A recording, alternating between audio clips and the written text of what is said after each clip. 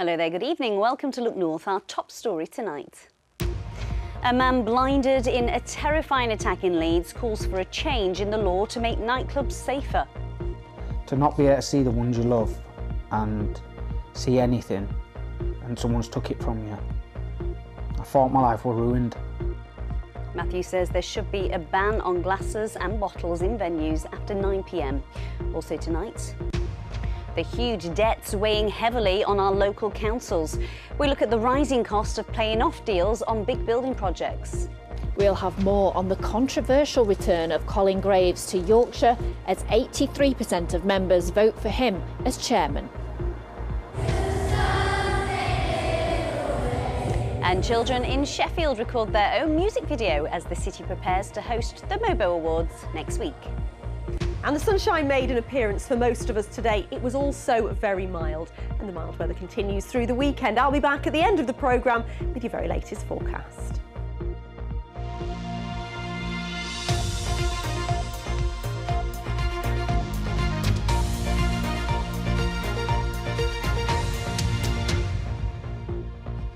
Hello, it's good to have your company on this Friday evening. First tonight, a man from Leeds who was blinded after being attacked on a night out is calling for a change in the law so that no one else has to go through what he's been through. Matthew Siren still can't see after he was hit with a glass bottle in a Leeds nightclub in December. His attacker has admitted grievous bodily harm.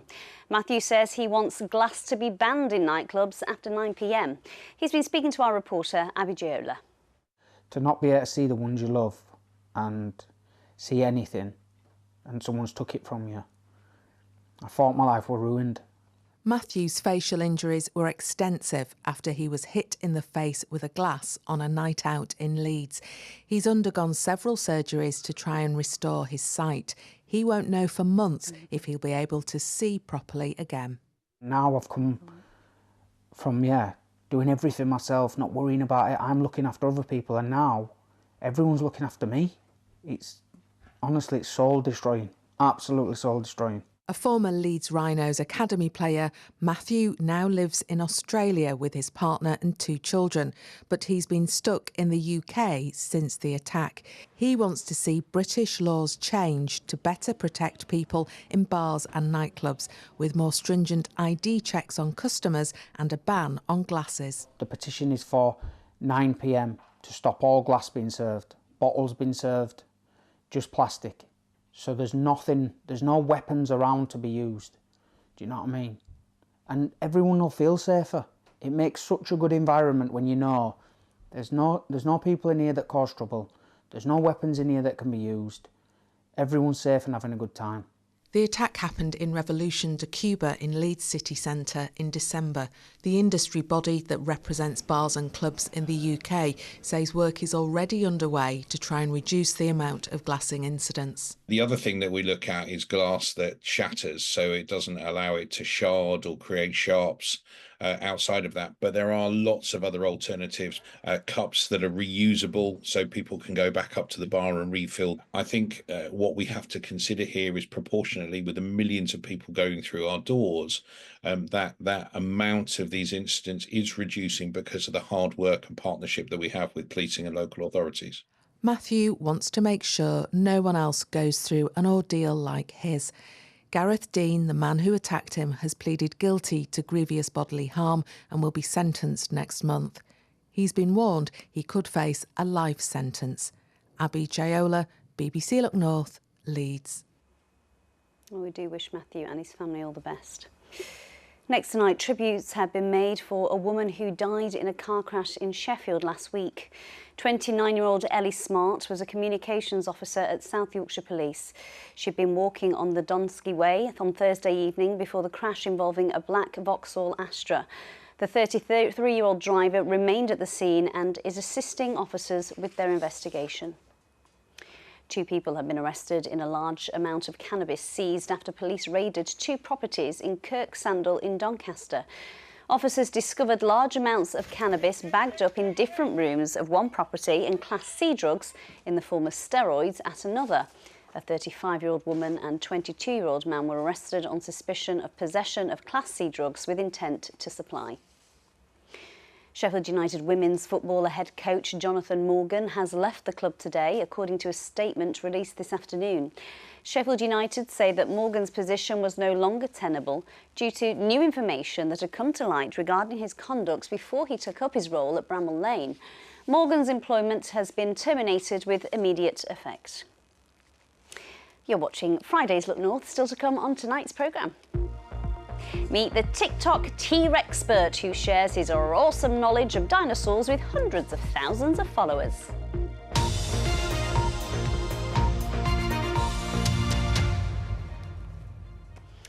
Now, we all know that councils are under serious financial pressures and strains, with some in our region facing the possibility of bankruptcy. Away from the everyday spending, one demand on their finances is paying back loans taken out through private finance contracts, or PFI as they're known. Now, these contracts have helped build expensive projects such as schools and community centres, but they come at a cost.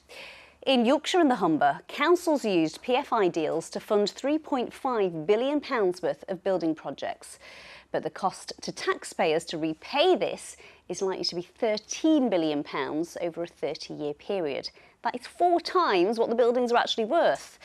Leeds City Council took out 14 PFI deals, the highest number of any local authority in England, costing the council £128 million last year, just in repayments. David Rhodes has the details. The regeneration of the Swarcliffe estate in Leeds began with demolition by, at the time, Britain's biggest soap star, who used to live in the neighbourhood. Well, I never thought when I was pushing my pram past these flats that I'd be blowing them up. Today at the local community centre, they remember a regeneration project beginning after the high-rise flats fell. My daughter lived in one. She was on the top floor with my granddaughter. And my granddaughter's 33. Oh, yes, being knocked down, yes. And some lower down as well, were knocked down as well. 1,000 new social homes were created here as part of a £280 million PFI scheme. At the time, one of the biggest PFI projects in the country.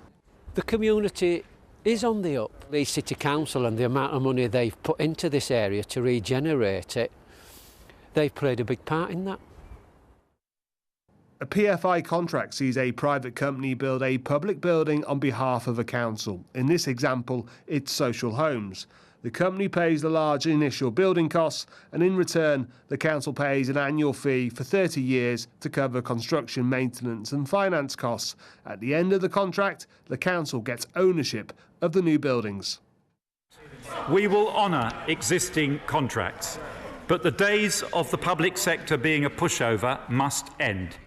In 2018, councils were banned from taking new PFI deals out after Parliament raised concerns about their value for money. PFI is something that is ripping the public off, taking money out of our local services and delivering worse schools, worse roads and worse NHS care for all of us.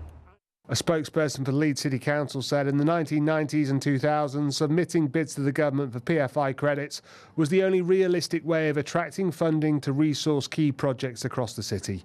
The fact the council has more PFI schemes than other local authorities is a testament to the success of the arrangements that council established to bid for PFI credits. All PFI contracts were financed through competitive market interest rates that were available at the time. And why does any of this matter? Collectively, councils in our region currently have black holes in their budgets of £200 million. That means local services are being cut and jobs are being lost. Figures from central government suggest that this year, councils in our region are going to have to find £250 million to service local PFI contracts. PFI-built schools in Leeds last year were told some contracts could potentially rise by 10% as inflation hit record levels, but policy experts say the schemes allowed new schools to be built quickly. You as a council in the 1990s, 2000s, you could have said, I don't want PFI because I don't agree with that as a way to fund my new building. And you'd still be waiting now, 15, 20, 25, 30 years later for a new building. On one hand, PFIs are a historical financial problem for some of our councils. but they have also brought real-world benefits to many communities. David Rhodes, BBC Look North, Leeds. Now, let's stay with this subject because although councils face huge financial pressures, campaigners in West Yorkshire say local residents can still fight for services that they value. It comes after Kirklees Council rode back on plans to close 2 dementia care homes in Huddersfield and Hetman White. You may remember we have been following this story closely. Campaigners put up a fierce fight after the closure plans were announced last year. Well, late yesterday, the council bowed to that pressure and said that the homes will now stay open. Kathy Killick reports. A moment of quiet celebration and enormous relief. For months, these women have been fighting tooth and nail to prevent the closure of 2 council-run care homes in Kirklees. Their loved ones all have dementia and couldn't campaign for themselves. But yesterday, the council offered a reprieve. Claremont House and Castle Grange will stay open. Didn't know whether to believe it. I mean, obviously, we do believe it now, but it just ecstatic. To begin with, I was quite numb. I think it was like, is this real? Is this real? Everything that we hoped the campaign would achieve came true, and you know, we couldn't have been happier. Closure of Castle Grange and Claremont House would have saved the council £1 million next year, and that money still has to be found. The council says that private operators have approached them with a view to taking over the running of the homes, and that possibility remains on the cards. I appreciate that they have to look at different scenarios, but we would be very cautious about a change in provider and looking to the independent sector to provide the service. If that care is going to be of similar standard and suitable for the loved ones and people who get dementia in future, then maybe it'll be fine. But if it was an alternative provider that didn't provide that same kind of respect for dementia, then obviously we wouldn't be in favour of it. It may mean more wet pavement protests in future, but for now the campaigners are pleased and a little surprised they've been heard. Democracy was done. You know, they took all of our consultation information in, they looked at it, they listened and they acted. So thank you. The women felt hopeless at the start of their campaign, thinking they were fighting a done deal. But they've proved an old-fashioned placard can still give power to the people. Kathy Killick, BBC Look North, Huddersfield.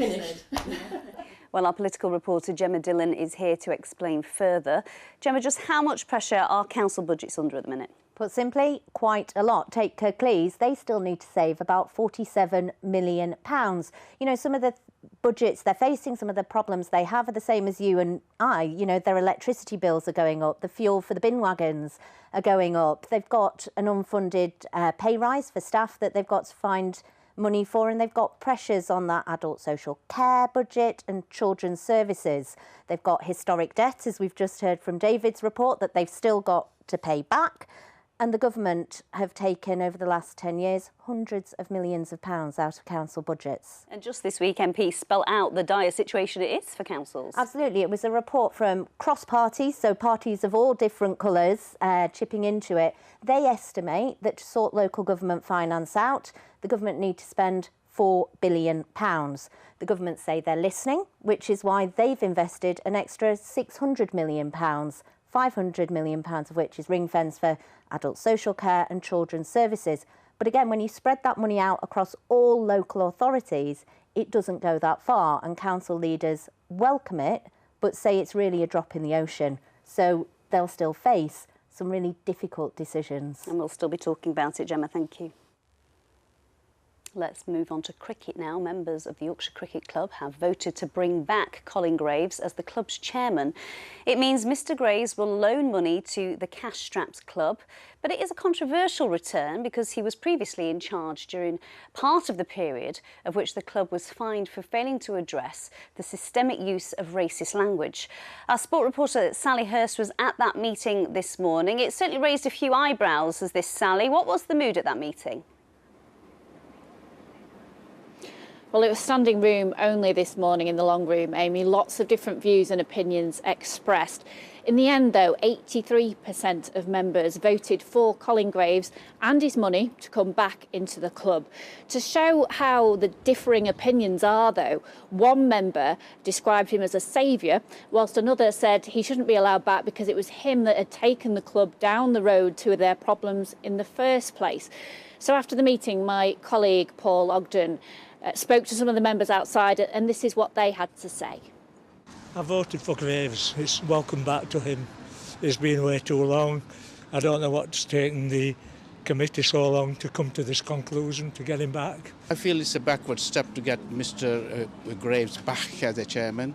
It was under his leadership that led to the troubles that the club finds itself in. From everything I understand, it was the best decision for the club, and I believe going forward it'll make us a better place. The money that Mr. Graves has given, has loaned, is going to help the club going through to the future. We've got Mr. Graves as hopefully a benign dictator, and let's hope he is benign, and hopefully he's long living as well.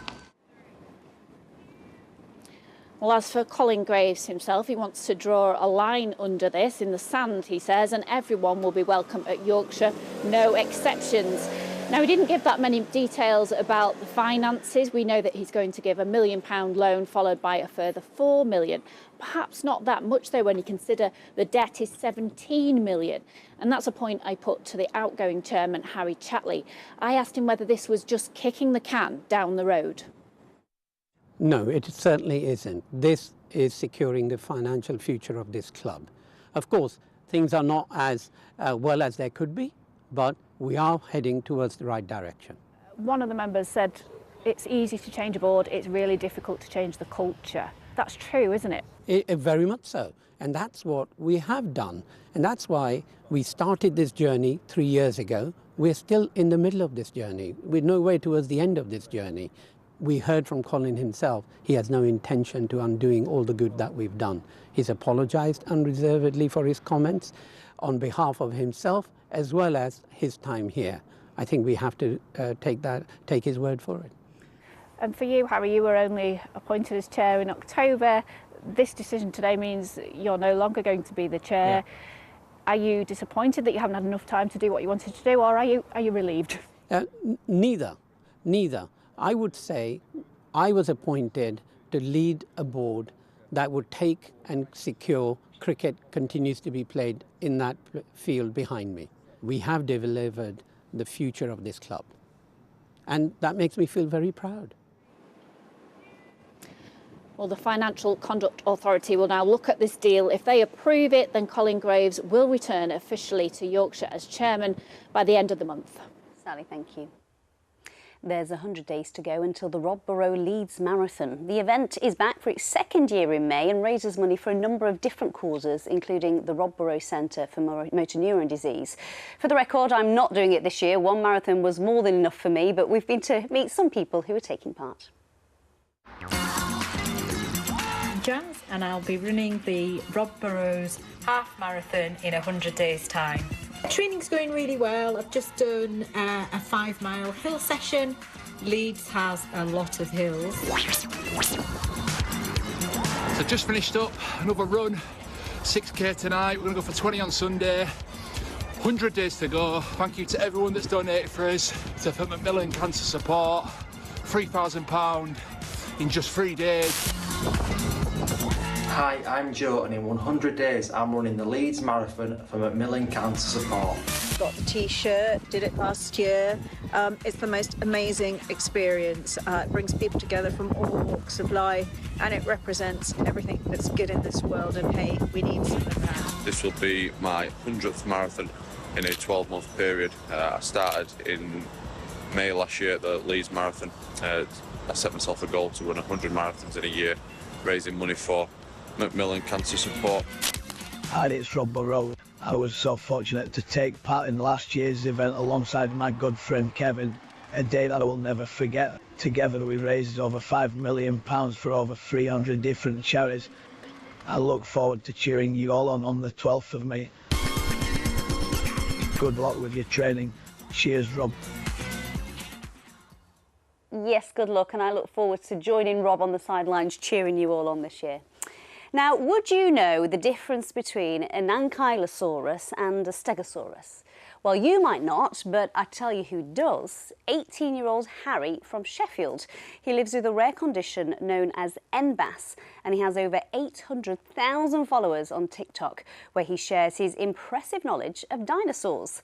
Let's take a look, shall we? So what's that on its tail?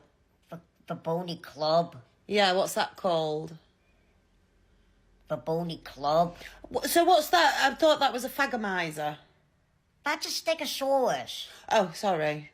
Well, Harry, I think your mum knows about as much about dinosaurs as I do. You didn't enjoy watching yourself there, did you? Oh, I sound terrible. Well, listen, there's so many people that enjoy watching you because you have got thousands of followers on TikTok, haven't you? Sure, I sound terrible. What do you love about dinosaurs, Harry? They're big reptiles. I like how they're kind of related to birds. You know, I mean, birds are technically dinosaurs. You know, genetically speaking. Harry, how did you learn so much about dinosaurs? I like Planet Dinosaur. Yeah.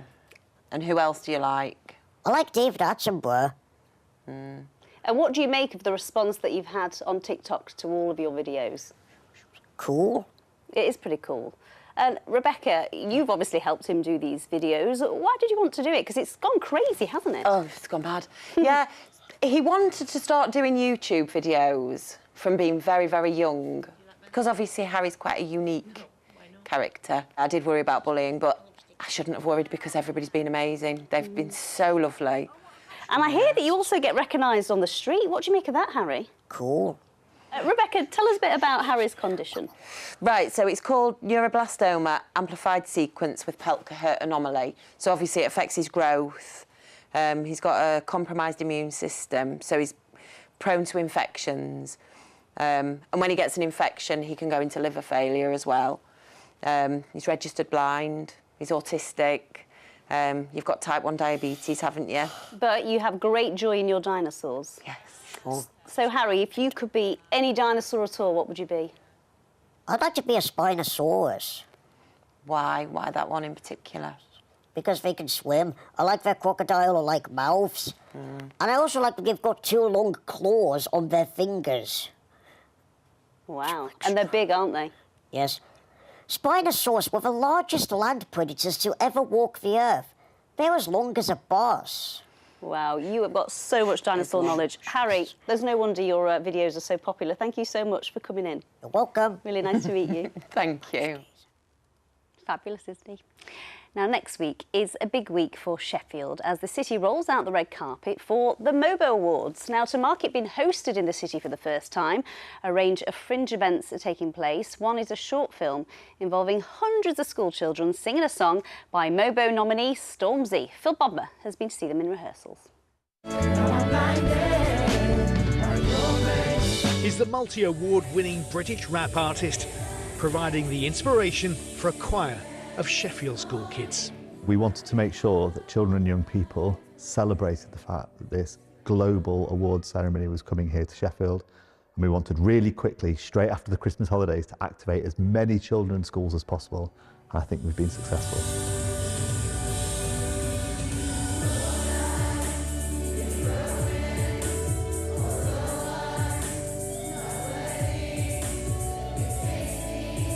It's important to celebrate different cultures and diversity, and for us that's really important.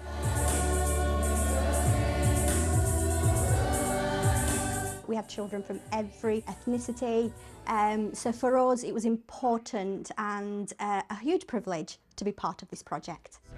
And one round of applause, one time for Fraser T. Smith on the chords. It stands for Music of Black Origin. I know that even if I am not black myself, I know that I can celebrate with my friends that are black. Most of us didn't really know the song at the start, and now we can sing it off by heart. Are you a big fan of Stormzy? Not really, no. But I like his music.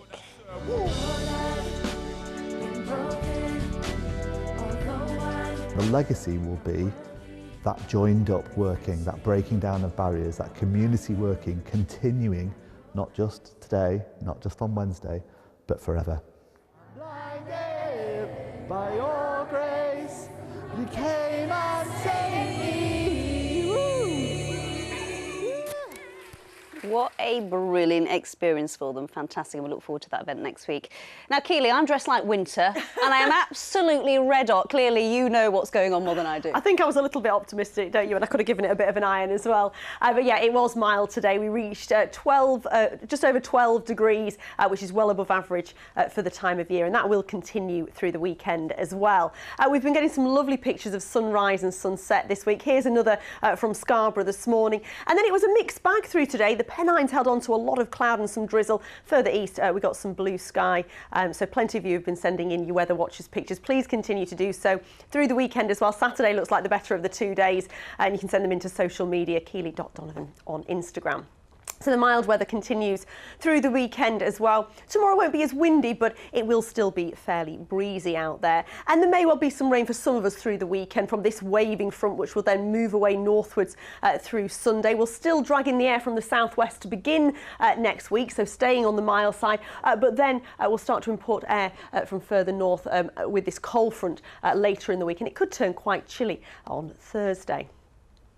So this is the satellite picture from earlier. Had a lot of cloud to start the day. We kept hold of the cloud across the Pennines. Further east, we had some bright or sunny spells. It's also been quite a blustery day, particularly for the North York Moors, with gusts here in excess of 50 miles an hour. And it will remain quite blustery in exposure through this evening and overnight. By the end of the night, some clear spells developing and very mild indeed. These are higher than the daytime values should be at this time of year, down to around 10 or 11 degrees. So let's have a quick look at those high water times. Just before 10 o'clock in Filey and just before 9:30 in Scarborough. So I think some bright or sunny spells through tomorrow. Quite blustery still for the hills and for the coast through the morning. And then through the afternoon, we'll see thicker clouds spreading across certainly parts of South Yorkshire and North Derbyshire. There could be some outbreaks of rain there, but it'll stay drier and brighter further north. And the breeze will tend to ease down through the afternoon. Temperatures still above average for the time of year, getting up to around 11 or 12 degrees.